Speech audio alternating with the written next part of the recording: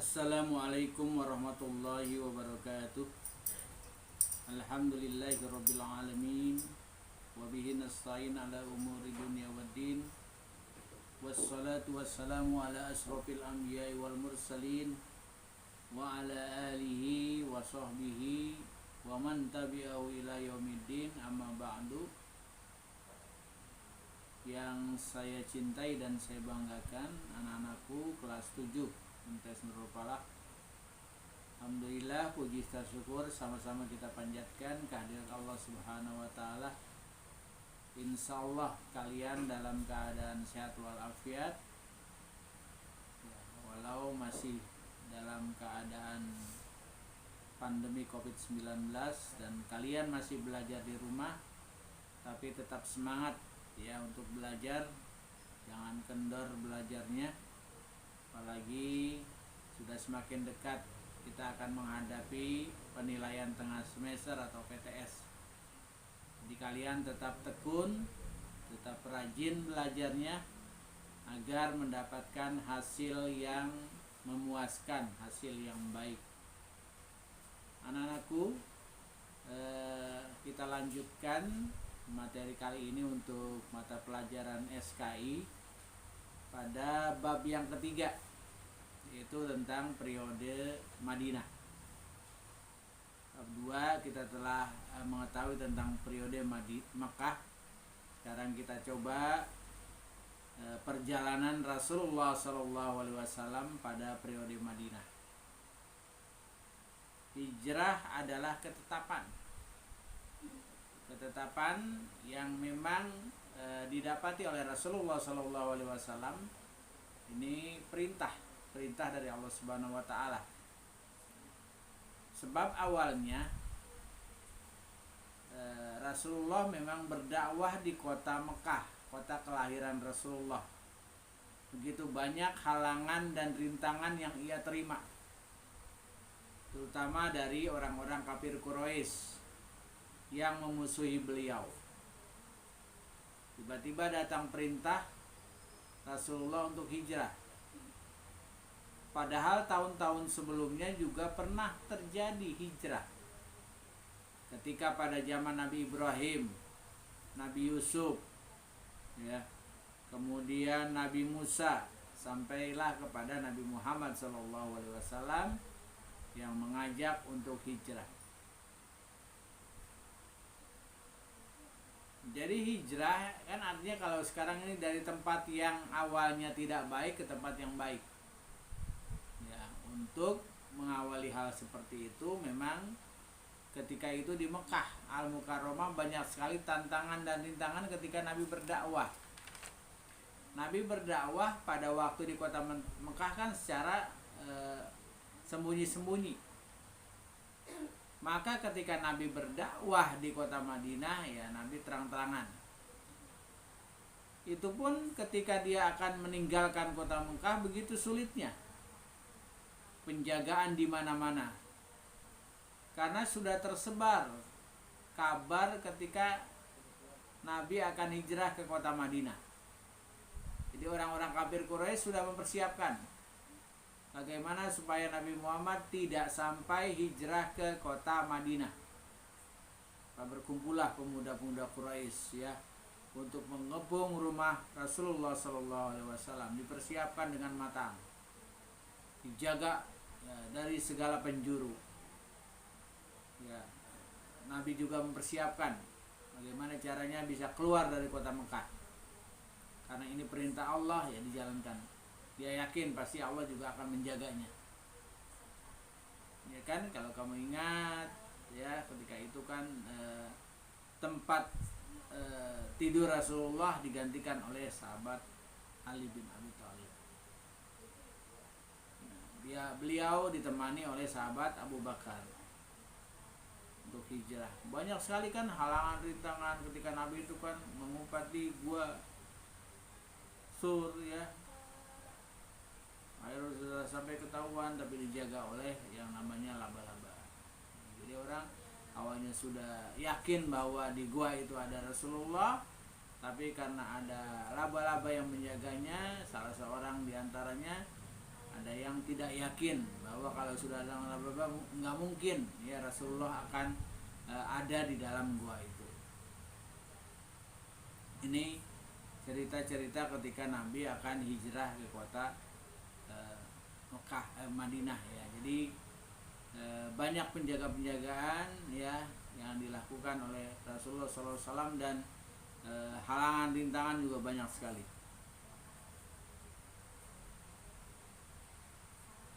Kemudian ketika itu Ali yang berdiam di rumah Rasulullah, yang menggantikan posisi Rasulullah di tempat tidur Rasulullah.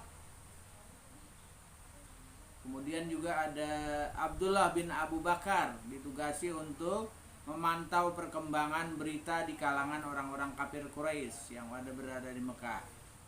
Amir bin Fuhairah ditugasi mengembalakan kambing Abu Bakar.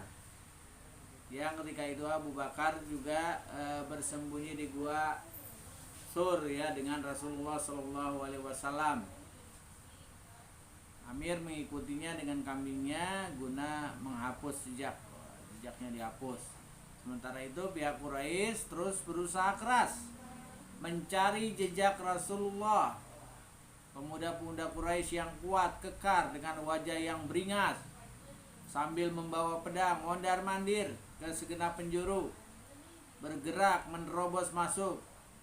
Tapi kemudian tidak jadi. Kenapa tidak jadi masuk di dalamnya?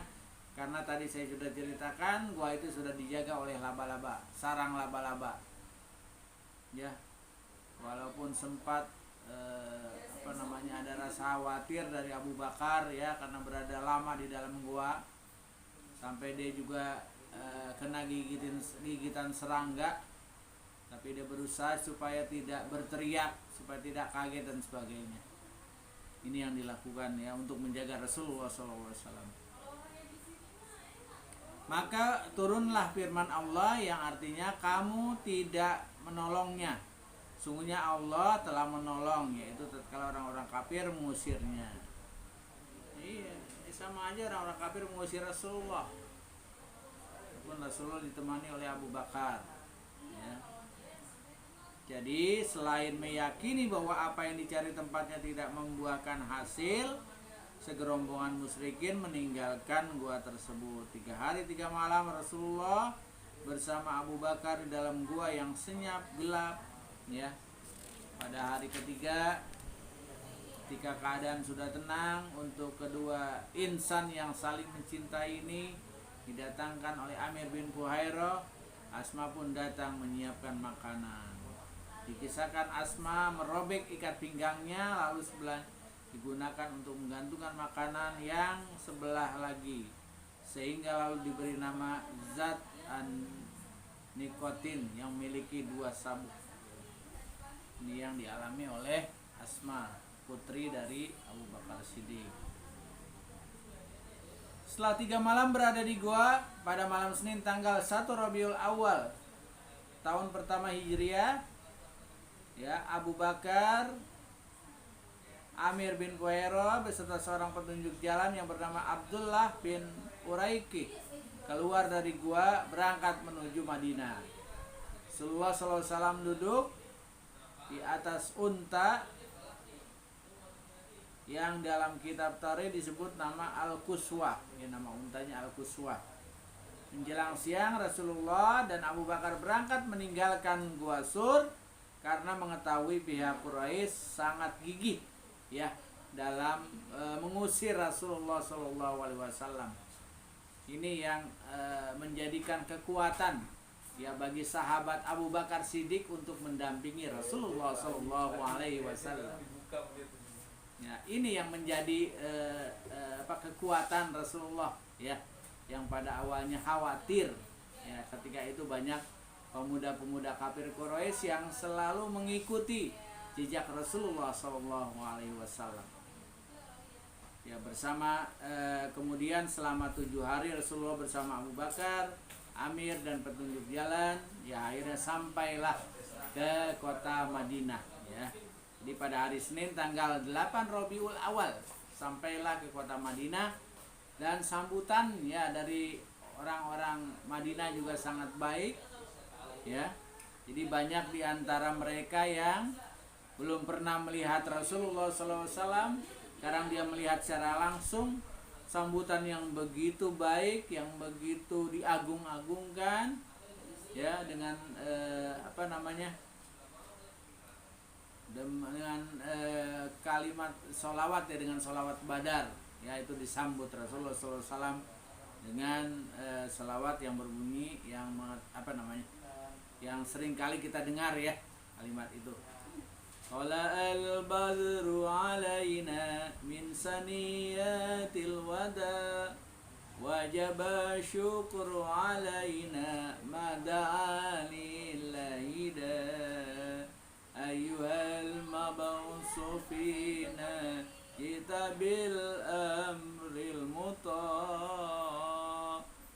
Jadi telah terbit bulan purnama, membicarakan sinar dari celah-celah bukit. Wajib kita syukuri sepenuh hati selagi ada penyeru kepada ilahi. Wahai utusan pimpinan kami, pembawa titah mereka yang kita taati. Itu, ya, maksud dari sholawat badar.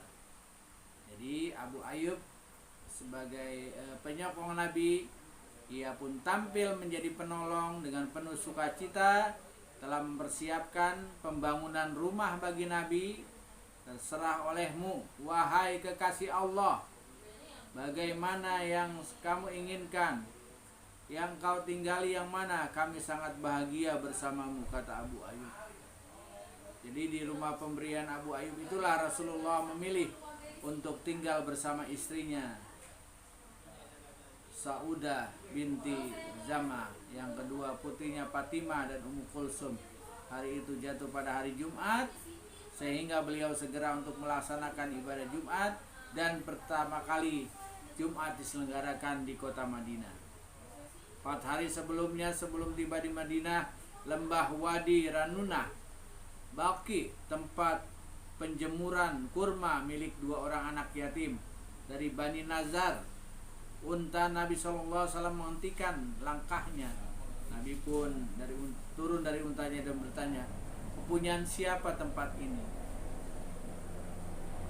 Dijawab bahwa tempat ini adalah kepunyaan Sahal bin Suhail bin Amr. Wahai Rasulullah SAW, kedua anak itu berharap Nabi Muhammad agar di lahan milik mereka didirikan masjid. Nabi menyetujuinya.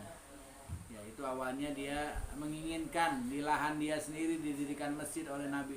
Nabi langsung menyetujuinya. Ya, lebih dulu di Yathrib. Makanya Nabi membangun masjid yang ada di Madinah, yaitu, ya, di daerah Yathrib. Dan beberapa hari sebelumnya Aisyah meriwayatkan permusuhan dan penyiksaan terhadap kaum muslimin bertambah berat di Mekah. Maka ketika Nabi meninggalkan kota Mekah, memang semakin berat tantangan dan rintangan yang ada pada orang-orang muslim yang masih berada di Mekah. Mereka disiksa, mereka dihina, mereka dicaci maki, ya. Itu yang diriwayatkan oleh Aisyah, ya, pada saat itu. Di keperluan perjalanan, bahkan sebagian besar tidak memperdulikan harta benda milik mereka, akan segera melaksanakan perintah dari Rasulullah SAW. Sahabat yang pertama kali sampai ke Madinah adalah Abu Salamah. Ya, setelah Nabi, baru rombongan-rombongan yang lain juga menyusul untuk hijrah dari kota Mekah ke kota Madinah.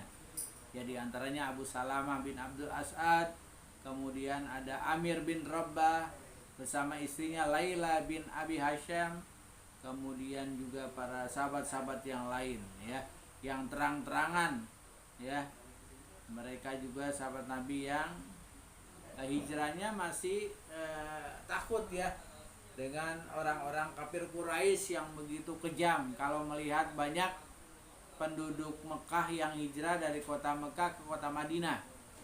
Yang terang-terangan hijrah hanya Umar bin Khattab, ya, yang dulunya adalah pemimpin kafir Quraisy. yang pada waktu dia belum masuk Islam pun dia yang paling berani ingin membunuh Rasulullah Shallallahu Alaihi Wasallam. Kebalikannya ketika dia masuk Islam, dialah orang yang pertama yang berani hijrah dengan terang-terangan. Ya, siapa yang berani menghalangi saya ketika saya mau hijrah ke Madinah mengikuti Rasulullah SAW, dialah orang yang pertama kali saya bunuh. Ini yang diucapkan oleh Umar bin Khattab, orang yang gagah, berani, ya, yang tidak ada rasa takut, tidak gentar di dalam menghadapi musuh. Ya, jadi dengan demikian secara berangsur-angsur kaum muslimin melakukan hijrah dari kota Mekah ke kota Madinah. Orang Mekah yang hijrah dari kota Mekah kota Madinah disebut kaum muhajirin, dan orang yang menerimanya orang Madinah yang menerima kedatangan orang-orang Mekah itu dinamakan kaum Ansor. Jadi ada kaum muhajirin, kaum Ansor, orang-orang. Jadi memang ketika hijrah ke Madinah tidak ada yang tertinggal di Mekah kecuali Rasulullah SAW, Abu Bakar, Ali bin Abi yang ditahan, orang-orang yang ditahan, orang-orang yang sakit, dan orang-orang yang belum mampu keluar meninggalkan Mekah, termasuk ayah dan beberapa orang anak dari Abu Bakar radhiyallahu anhu. Ini adalah kisah teladan peristiwa hijrah kaum muslimin dari kota Mekah ke kota Madinah. Banyak sekali peristiwa, banyak kejadian yang patut menjadi tauladan bagi umat Islam. Di antaranya kisah Suraqah bin Malik bin Jasam yang menjadi teladan bagi kaum muslim. Di antaranya adalah kisah-kisah yang akan menceritakan setelah kisah hijrah ini. Itulah ya dibalik ketika hijrahnya kaum muslimin dari kota Mekah ke kota Madinah, banyak sekali rintangan, banyak sekali halangan, ya. Tapi tetap aja karena ini perintah Allah, tak dilaksanakan.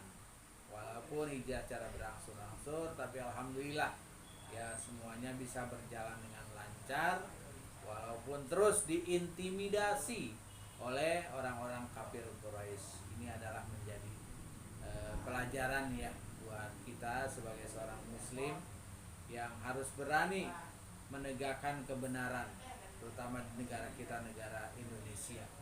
Ya, siapapun yang coba-coba ya menghalangi kita dalam menjalankan agama Islam yang kafah, yang betul-betul, insya Allah Allah juga akan menolong agama dinul Islam ini.